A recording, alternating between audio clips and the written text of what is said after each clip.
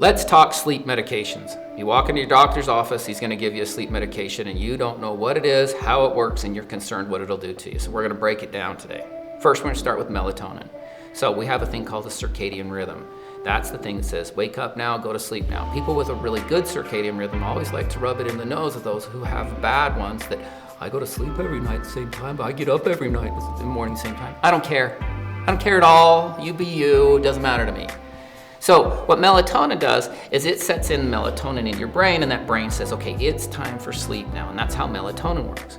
So if your problem is your circadian rhythm is off, then melatonin helps. There's another medication out there called Rosarim, and the Rosarim does the same thing, and those ones tell your body that it's time to go to sleep. However, most people's problem is not that. Sometimes what the problem is that you have too much histamine, too much hype, too much things like that going on. So when you have too much histamine in you, that's the reason why your Benadryls, your Ataraxes, all the things that have the antihistamine to it, they come in and they actually hit. So when we have histamine release, that tells us to get up and get moving. It's the reason why you get nervous when your body says, I think we're being attacked by something. When you have allergies or infection, that's what tells your body, we gotta get moving. So if you block that, it stops some of that stimulant. So any of your antihistamines go in and stops histamine from giving you excitability. So that works if that's your issue, but you'll find that quite often the histamine's only short term. That's the reason why it works for 3 or 4 days and then just doesn't work anymore.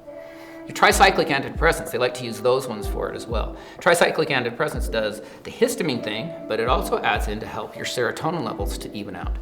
If you're really stressed, have a lot of anxiety, and you don't have enough serotonin, you're not gonna sleep well. So the tricyclic antidepressants, which are your amitriptyline, nortriptyline, anything with a triptyline in it, and even your trazodone, you get the antihistamine effect, which we already know settles you down, but you also get to have a little more of your serotonin in there. And that serotonin is really nice to have in there because if you have an underlying anxiety, which who doesn't have an underlying anxiety anymore? If you don't, you probably ought to go get yourself checked out why you don't have it. But that will help with it. So that's how the tricyclics work. Now let's move to the GABA receptor. We have dopamine in our body.